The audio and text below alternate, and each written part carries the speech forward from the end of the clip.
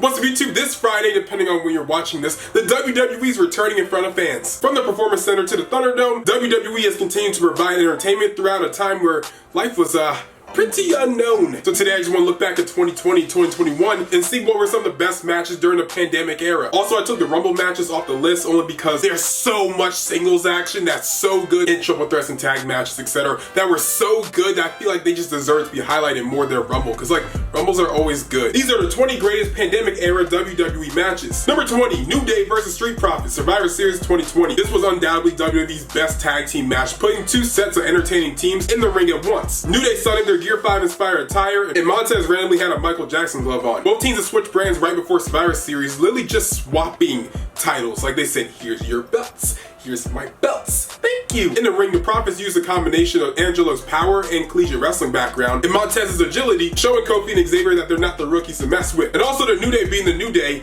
they kind of played up being heels a little bit in this match, really cutting up the ring and dividing it in a way that Angelo couldn't get back in the match. Angelo eventually got the hot tag, and man, he is so underrated, dog. And the Profits would get the biggest win of their tag team career. Number 19, AJ Styles versus Jeff Hardy versus Sami Zayn at Clash of Champions. What did you expect when we put three of the best wrestlers, all known for their high-flying and iconic ladder matches in their own respective promotions, into a WWE pay-per-view ladder match for the Workhorse Championship? So many parts of this match just worked together. Zayn and Styles were the perfect dancing partners for Hardy to feel like he was that same guy that faced the Undertaker and battled alongside his brother at WrestleMania. Zayn climbed to the top of the ladder only for Styles to launch a smaller ladder at his face, which was hilarious and also nerve-wracking, like he could die. Hardy rode a ladder like a surfboard before wiping out in a fashion that was like terrifying, like you could have died. And Hardy had to do his signature, somebody's laying on the ladder spot, I'm gonna climb up a bigger ladder and then swanton under dead bodies. Hardy, you could have died. Eventually Zayn, the odd man out, would become the Intercontinental Champion, getting his ginger stuff up that ladder and taking both of those championships. Number 18, Sasha Banks versus Carmella, TLC 2020. Carmella was Sasha's first challenger after retaining the Smackdown Women's Championship against Bayley, attacking her from behind with a new mantra of being untouchable, with a new theme song and a new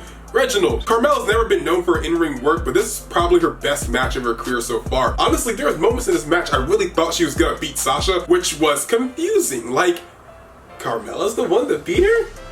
Really? Number 17, AJ Styles versus Daniel Bryan, Smackdown. It's rare to see two top guys fight over a mid-card title, so seeing these former world champions and two of arguably the best wrestlers in the world right now going after it over the Workhorse Championship was tantalizing. And there was a strong reason for both men to win the championship, with AJ just coming out of the Boneyard match, so he really could use a dub. And Bryan, who's still in contention for the title, you really didn't know who's gonna walk away as champion. If you're big on technical wrestling, I really recommend you go watch this match after this video is over, because it's two surefire first ballot Hall of Famers wrestling for the Intercontinental title. Like, number 16, Roman Reigns versus Drew McIntyre, Survivor Series. Champion versus champion matches are great because there's always a reason the other man should win. The stakes were high for McIntyre, who was belittled and called Roman's favorite number 2. So like, who wants to feel like that when you're the WWE champion? And Roman was just Roman. He was just doing his Roman duty. This heavyweight fight was a spot fest of big power moves, even a table spot, a spear through the barricade, and after a ref distraction, Jey Uso helped his cousin get the win, and we all learned that the Universal title sits at the head of the champion table. Number 15, Drew McIntyre versus Sheamus on Raw. What makes this difference that we expected Roman to win, right? But in this match, you really didn't know. You assumed it was gonna be Drew, but you really didn't know. At the time, it looked like Sheamus could have easily been pushed into the WWE Championship picture, and he should have, because man, Sheamus was putting on some really good matches in the Thunderdome. Like, Vance was going off. He's 43, and he was going off. These two go back to their independent days on the international scene, and with WrestleMania only a month away, you knew they were gonna turn up to a whole new level. In what many called a pay-per-view or WrestleMania caliber match, they fought and fought and fought to the point that I wish this was a triple threat, throwing Bobby Lashley and put the title on the line, as it should have happened at WrestleMania. I think Sheamus deserved a title shot. Number 14, Lashley versus Strowman versus Drew McIntyre. Yeah, y'all can tell I love heavyweight wrestling. There's nothing cooler than big meaty men bumping meat. That's my dad said that. Lashley walked into WrestleMania Backlash against two of his biggest challengers on the Raw roster. Like he said, big meaty men bumping meat. Describes how this match basically went. Strowman even decided, let me go full lucha on these fools and dive. And Lashley was thrown into the whole set design before the Almighty rose amongst the ashes and retained his WWE Championship. This was also Braun's last match, and that's just making it a little more sad, but also a match that's a little more memorable for bad reasons. Number 13, Lashley versus Miz, Monday Night Raw. Lashley procuring the WWE Championship in a glorified squash match against Miz was just magical and it made sense. Not really for the match because that was a pure slaughter fest, but for the episode-long story of Miz trying to find ways out of not defending his championship against Lashley. Miz wasn't really about that, knowing what would happen to him, and after some shenanigans from Shane McMahon, he surrounded the ring with lumberjacks and they got to watch a massacre of Mike while Bobby was standing over his dead body with the Hurt Business as the WWE Champion. Number 12, Sasha Banks versus Asuka, Extreme Rules. The Golden Role Models were the glue that held WWE together during a really unwatchable Performance Center era. Quite literally, I would turn on Raw or SmackDown or even NXT to see what they had to do, and then I would politely turn it off because I just didn't care outside of them because they were so entertaining that they made everyone else just look kind of lame. Bayley was in Dos Straps mode, so it was time for two belt banks to be born. In the match, Sasha bumps like a bat out of hell and Asuka hits harder than a pissed off Mike Tyson. Towards the finish, Asuka would accidentally green miss the referee and Bayley decided, let me just put on his shirt and then just hand the title over to Sasha Banks, which is basically what happened. Number 11, Roman Reigns versus Cesaro, WrestleMania Backlash. I'm only 22, so I don't know what it feels like to like send your kid off to school for the first time, like, oh, they're going to preschool, yes queen. But the feeling I had watching Cesaro walk into that match, I would assume is like the same thing. Underrated since day one, Cesaro's been world title ready since 2014. After his big match against Rollins at WrestleMania, it was time for him to face the biggest opponent of his life. Out of all Roman's opponents, Cesaro was that guy that fans really desperately wanted to see him win badly, and it just might have not happened, but it was a good match though. I just wish he won. Number 10, Walter versus Dragunov, NXT UK. I hate to say it, but I just don't watch NXT UK. I know nothing about the brand. I'm just not interested in the brand, minus a few performers. But when I heard Walter was defending his title against Dragunov and knowing the work of those two from the independent scene, I knew I needed to check this one out, brother. And I'm glad I did. This is probably my favorite Walter match, like, ever. Like, if he lost the title in this match, I would have been okay with it because it was so good. If you like stiff UK lads beating the piss out of each other, then I recommend you watch this match because you'll probably love it. Without watching any NXT UK, I was hooked from the jump and I can't wait to see if there's ever a rematch down the line because oh my goodness. Oh my goodness. Loved it. Just, oh my god, love it. Number 9, Edge versus Randy Orton, Backlash 2020. This was booked as the greatest wrestling match ever. And was it? I mean, no, but like, was it really good? I mean, like, yeah. Remember, this is the first real one-on-one wrestling match that Edge has had since his return. Because at Mania, they put on a 40-minute slap you with a chair, bang your head into a wall, no holds barred snoozer that just was kind of long. I mean, it was good. Good. I can't even say it was good. I didn't like it. Edge ended up tearing his tricep during this match, so imagine if he had never gotten injured during the match, how much better it would have been, because like, to rank it amongst all-time matches is honestly fair. Like, is it the greatest? No. Like, does it beat Melina versus Alicia Fox? Heck no. It has a slot.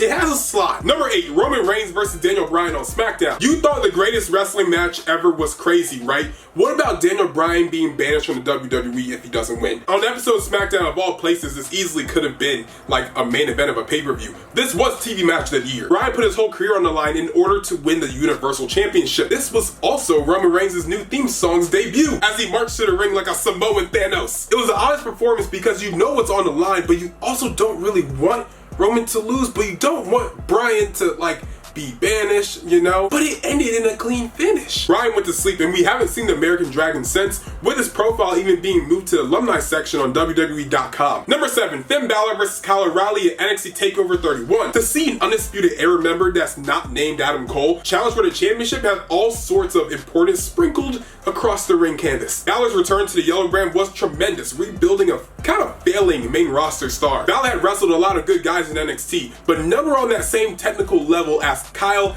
Air Guitar O'Reilly. For any upcoming trainees that are like into chain wrestling and technical wrestling because like they're being taught that at their school, here's your footage that you need to study. Just watch the match 10 times. You'll have fun, you'll learn, take notes. And towards the end of the match, Finn Balor ended up breaking his jaw, right? So let's imagine that he didn't break his jaw. How much better would that match have been? Would Kyle have actually won the title? Would Balor put on a 6-star match? Because I think it got 5 stars because it was really good. We'll never know. But that's one of those what ifs that's like kind of cool to think about. Because like, man, that match was great with an injury. Imagine it without the injury. Number 6, Roman vs. Edge vs. Bryan, WrestleMania 37. The greatest triple threats I've seen in my wrestling fan lifetime were Cena vs. DX at Survivor Series 2009 and Cena vs. Rollins vs. Lesnar at Royal Rumble. This might have been better. Main event in the second night of WrestleMania, this match went from the moment that the bell rang. If you left to go to the bathroom, you probably missed like 12 different spots. Jey attempted to try to get involved in the match, but he was quickly taken out. Edge and Bryan had this all-ball partnership before they eventually started headbutting each other like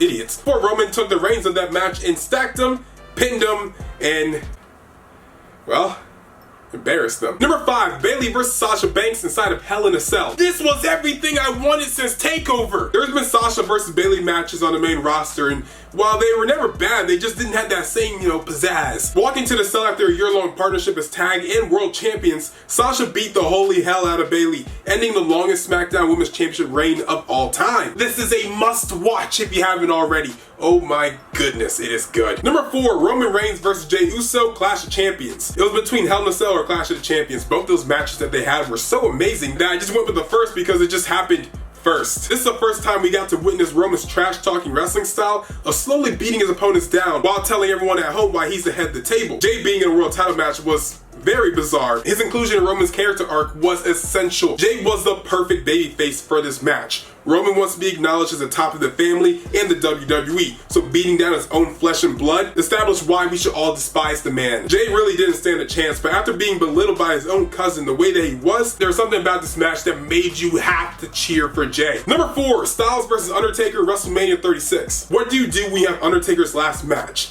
At a WrestleMania with no fans against one of the greatest wrestlers of this generation. A one-on-one with no fans around just wouldn't be that sufficient. And also, Undertaker has been slowly decreasing in his level of great wrestling matches. As he gets older, injuries stack up and stuff. If he put on a bad match with AJ Styles, that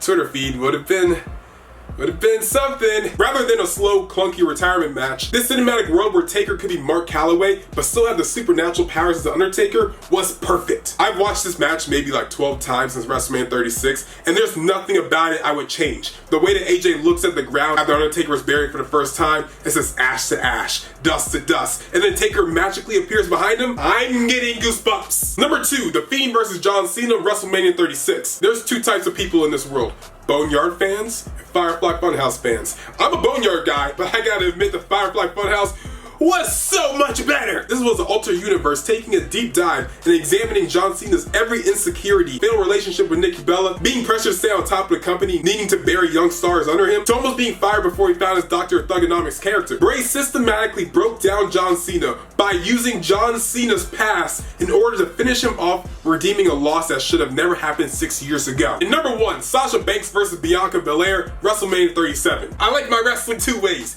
big meaty men and historic and emotional. And Sasha and Bianca delivered on that. Not the big meaty man part. The historic and emotional side. I don't think they're meaty men. Whatever. The second time women ever made events at WrestleMania, and the first time black women have stepped into the position, is probably the reason why they won the ESPY recently. And the match delivered on every historical aspect of this night. And I would say it runs laps around WrestleMania 35's main event. That was a rough one. But this, woo-wee! WrestleMania main events nowadays always seem to feature a wrestler that is a draw and an upcoming superstar. Sasha's the star, and if you disagree, I welcome you to go tweet that, and her fan base will tell you otherwise. Lord, they're mean. They are mean. And Bianca, after a impressive NXT run and a Rumble win, just needed one more moment to put her in the same conversation as the 4 horsewomen. Bianca pressed Sasha above her head and walked up the steps like it was a broomstick. Bianca deadlift suplexed Sasha 3 times. And Bianca whipped Sasha with her hair so hard, I thought someone got shot. It was so loud. Sasha was no slouch either, going in NXT Banks heel mode, using Bianca's hair as leverage. A match, a moment, a superstar. But yeah, guys, that's the video. If you really enjoyed it, in the comments down below, what other matches happened during the Thunderdome and Performance Center era? I'm sure I missed out a couple. There's a lot of good matches, man. Let me know yours in the comment section down below. But make sure to like, comment, share, and always subscribe. And we outie. We going up like 1,000. I'm a flex just like a muscle man Malcolm. We going up like 1,000. I'm a flex just like a muscle man Malcolm. When it just like 1, 2, 3. If you like the channel, this will squeeze. If you like the channel, this will squeeze. If you like the channel, this will squeeze.